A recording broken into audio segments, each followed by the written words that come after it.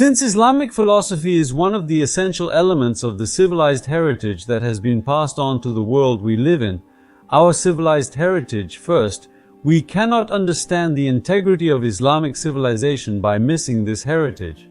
Second, we cannot analyze this part of the self that reaches us and forms the historical depths of our current existence. In other words, we cannot analyze ourselves. We cannot see what the background of our thinking mind is, what its extensions that are still ongoing are. Third, if we do not do this, we will be open to the influence of others and to exploitation because we will not be aware of ourselves.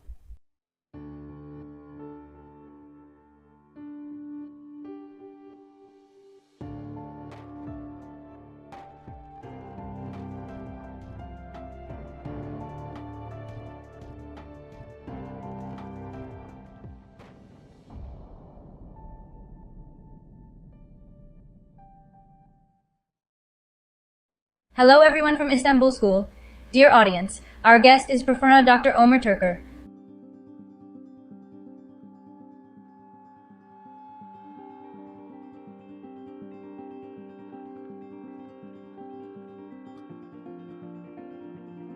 Welcome, teacher. Welcome, thank you. How are you? Thank you very much. Haja, we talked about Islamic philosophy in the previous program. What does Islamic philosophy mean for us in the modern period? I think this is one of the most critical questions to ask about Islamic philosophy. This is partly due to this.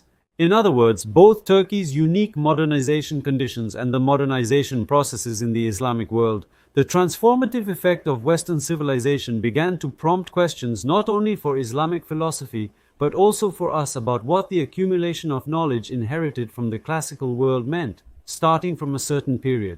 This question has become a very difficult question to answer for some. It has sometimes turned into such a question over time. I think this question needs to be answered from several perspectives. The first is to answer it only from the perspective of our individual self.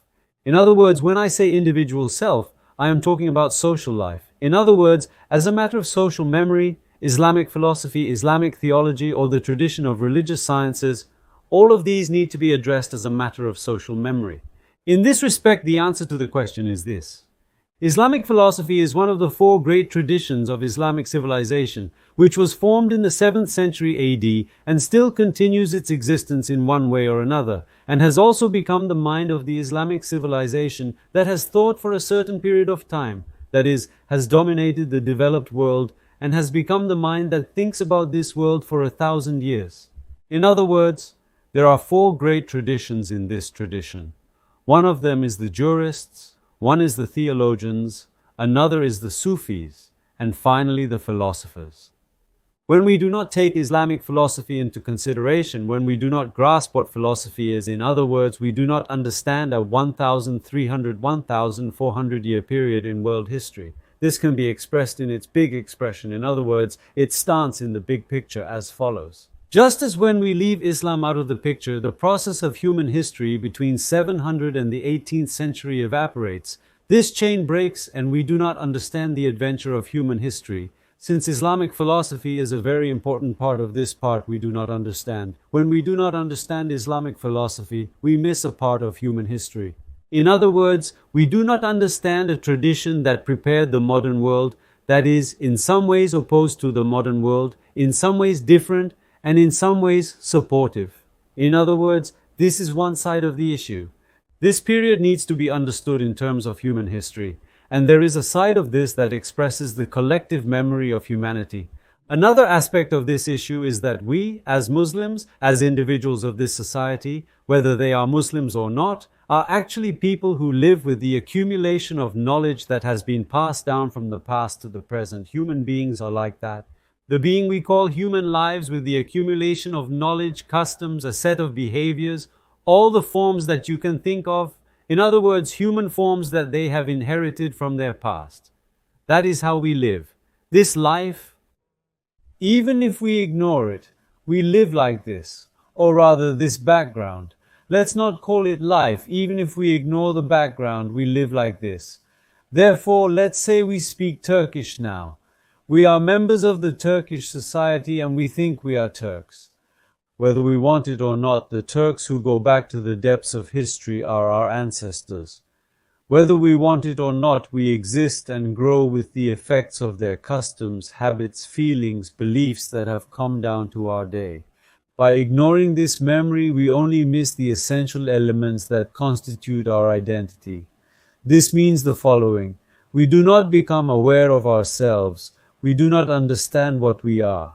We cannot realize ourselves. Therefore, if we start from this point, since Islamic philosophy is also one of the essential elements of the civilized heritage that has been passed on to the world we live in, our civilized heritage first, we cannot understand the integrity of Islamic civilization by ignoring this heritage.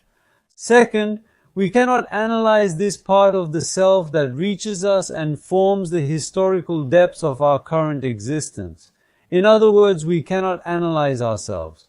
We cannot see what the background of our thinking mind is, what its extensions are that are still ongoing. 3. If we do not do this, we will be open to the influence and exploitation of others because we will not be aware of ourselves. It is possible to increase this list.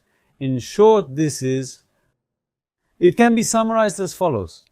Islamic philosophy is one of the essential parts of our historical self that expresses our historical depth, and we cannot understand ourselves without taking this essential part into consideration. This is one side of the matter. Another dimension of the matter is this. When individuals and societies, that is, people who are members of a society, do not take their own selves and historical memories into consideration, when they do not sufficiently comprehend and learn this, they not only become open to the influence of others, they also begin to lose their ability to think. Because a person who has lost his historical memory actually becomes a mankurt towards himself, as Aytmatov puts it. In other words, he becomes a mankurt towards himself, towards his own society, towards his own history. So how do we make it mankurt, sir?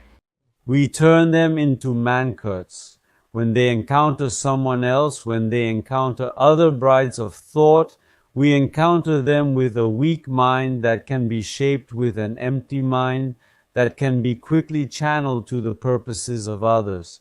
Such a person falls into such a situation. Therefore, they are actually made the subject and object of colonization. But it is not even possible to solve this. They also call this self-coronation. In other words, when a person encounters another society without considering their own historical and cultural memory and adopts the things they see as the achievements of that society, they colonize themselves. Therefore, in the world we live in order to be able to properly express the activity of thinking in this period of time and in the following periods of time, inevitably we need to be aware of our own historical heritage, learn this heritage. Yes, if it is to be criticized, we need to criticize it. If there are things we will adopt, we need to directly adopt our own acceptances. But in any case, it is not something that can be dispensed with for us in the modern world. This is one side of the issue. Perhaps the most critical side of the issue, the most critical side that is built on these is this. We cannot produce thoughts without considering this heritage. We cannot perform an original thinking operation on ourselves. What does Islamic philosophy mean to us if it is to be answered in this context? First, Islamic philosophy expresses one of the fundamental elements that make it possible for us to understand and evaluate the problems we encounter in the modern world by mobilizing our historical self as a whole. Islamic philosophy expresses a set of thoughts that we can think with. Islamic philosophy expresses a set of philosophers, a set of thinkers that we can take as a guide or make companions together in our thinking process without addressing the problems of the world we live in. Let's say it expresses a self-construction. Although we do not want to struggle with self, it expresses the fundamental part of a self-construction. Therefore, it is valid for all of our institutions, that is, the Islamic world. But this longing needs to be expressed separately for Turkey. Our institutions, namely our educational institutions, need to be transformed and reformed in a way that they can establish high-level contact with this philosophical tradition. The accumulation of theology in Islam, the accumulation of fiqh, the accumulation of law, the accumulation of art, or all the accumulations that encompass different areas of life. We see that in many works, Western philosophy is explained as a process without ever touching on Islamic philosophy. They do this in most works. They present philosophy as a work or as a narrative, starting from ancient philosophy to contemporary philosophy, without ever touching on Islamic philosophy or the philosophical educations created by Islamic civilization. When we look at the current philosophy educations in Turkey, we see that this Islamic civilization, Islamic philosophy, is not always mentioned, teacher. Unfortunately, this is the case. In fact, this is unfortunately a result of the self-colonization activity that we mentioned earlier. Because why do people do this? Let's say they think that Islamic philosophy is a scalar philosophy. They don't teach it. But they don't do this for the philosophical tradition in which scalar philosophy is actually used. In other words, people who do this teach medieval Christian philosophers. In fact, most of them are theologians. They teach medieval Christian theory. They teach students about people whose names we will never hear about, but who have not had much influence in history. Then they don't teach philosophers such as Ibn Sina and Farabi, who are considered to be the most important philosophers of all periods. This attitude is also not consistent. It is very obvious that the PSP teaching that is currently prevalent in Turkey emerged and established itself as part of a kind of colonial activity and is not being abandoned. In other words, I think it is time to abandon it. Let's also say something. This is not just a problem with PSP. If we understand it this way, we would be misunderstanding it. This is not a problem with the set of knowledge or the corpus of sciences that we call Islamic philosophy. So this is also valid for law. This is also valid for art. One of the departments that is relatively more fortunate is art history. It is relatively more fortunate, but it cannot be contacted with other fields. There is no way to establish a high level of contact. Let's say, apart from theology, there is almost no institutionalization in Turkey that can establish a high level of contact with the Islamic civilizational heritage, especially the theoretical heritage. Schools do not have the staff or courses related to these. Of course, there are people in Turkey who are concerned about Islamic civilization, that is, who have trouble with it, who are trying to learn about it, and who also consider it as a national identity issue. In different departments, with their own efforts, they think that this civilization's theory and operation should be learned and evaluated by us, so they have efforts towards this. But they are not institutional either. In other words, it has not become a mandatory part of the established order. It is rather carried out as personal efforts, personal lessons. In other words, in Turkey, this issue is still seen as a kind of religious problem. This is not true. I'm trying to explain it, whether we believe in Islam or not. We are the children of the heritage of thought that came from the Ottomans, and before that from the Seljuks, the Ghaznavids, the Abbasids, the Umayyads. We are the grandchildren of this tradition. Therefore, without taking this into consideration, without processing this, if there is going to be criticism, let us criticize. Without criticizing us, that is, without criticizing ourselves, we will not be able to reach a conclusion. This issue is not a matter of religiousness. This issue is not a matter of conservatism. This issue is a matter of whether the reason for our existence in this world as humans will be taken seriously. In terms of ourselves, will we take ourselves into consideration on our own behalf? Or will we live according to the definitions and evaluations that others make on our behalf? This is the main issue. Someone has settled accounts with Islamic civilization on our behalf. It is their own reckoning. Why should they settle accounts on our behalf? Why should we accept it on our behalf? Someone has assessed this period in this way. Well, we need to assess this. This training needs to be provided in our institutions, and these evaluations need to be made in our institutions. This is the summary. Well, sir, how will this issue be resolved in the modern era? This is a very big problem. How will we try to understand it? Actually, Ms. Fatma, the reference point of this issue is the restructuring of the university system and the secondary education system in a way that is in harmony with history. This is really a big job. In other words, this is not a niche job. So far, the state mind in Turkey has allowed this in a couple of areas in an established way, in an institutional way. One of these is theology. Now, theology faculties in Turkey are structured in a way that will allow for contact with Islamic civilization as a whole. However, theology is not a university. Theology is a faculty. It is a faculty with many branches within itself, and theology has a limited staff. In other words, it is not possible to meet such a need on the scale of just one faculty. Secondly, as we have said before, history departments, but they mostly study political and social history. They partially study economic history. There is no education there that is suitable for contact with Islamic civilization on a theoretical level. These are only available in theology departments, to tell the truth. Theology departments are actually not capable of carrying this burden. After 2010, the departments of theology seem to have increased in number, but the staff of theology is insufficient, and it is not possible for a staff to be able to research this civilization as a whole from various aspects. 3. This issue is not only a matter of accumulating historical knowledge. In other words, let's say theology is suitable for this. Its staff is perfectly established, and there are enough people. We are researching this Islamic civilization here in all its aspects. That is not our concern. We are talking about a thinking mind establishing a connection with a knowledge accumulation, a civil memory, let's say a part of it or a past. It is not possible to be enlightened in Turkey without establishing this connection. In other words, we are actually raising ignorant people who seem enlightened in our institutions. Therefore, the state mind in Turkey, this is not such an individual event. We have entered the complete modernization processes of the state mind. We have left the discussions about encountering the newly emerging knowledge accumulation, making it available, and reorganizing at least the material elements of life in line with this knowledge. Now, it is time to reconcile with our own history in terms of regaining our own identity, reviving this memory, and reconsider the education system as a whole in a way that will be conducive to establishing contact with this Islamic civil heritage. In other words, this is a job that the state mind must decide on and stand behind, otherwise it cannot be achieved. For this reason, there are such ambivalent situations in Turkey. For example, let's say someone is putting the madrasa forward. They are pushing this back to such a madrasa from below. No, we lost the race when madrasas were the strongest. We should not make such mistakes. Madrasas were strong and powerful. While continuing to train scholars, we lost the race against the West. Why did we lose? The facts, objects, the theories explaining the events have changed. The theories we have lost altitude against other theories and explanatory theories. It lost its former scientific superiority. For this reason, we cannot do chemistry and physics without taking the chemistry and physics that developed in the West.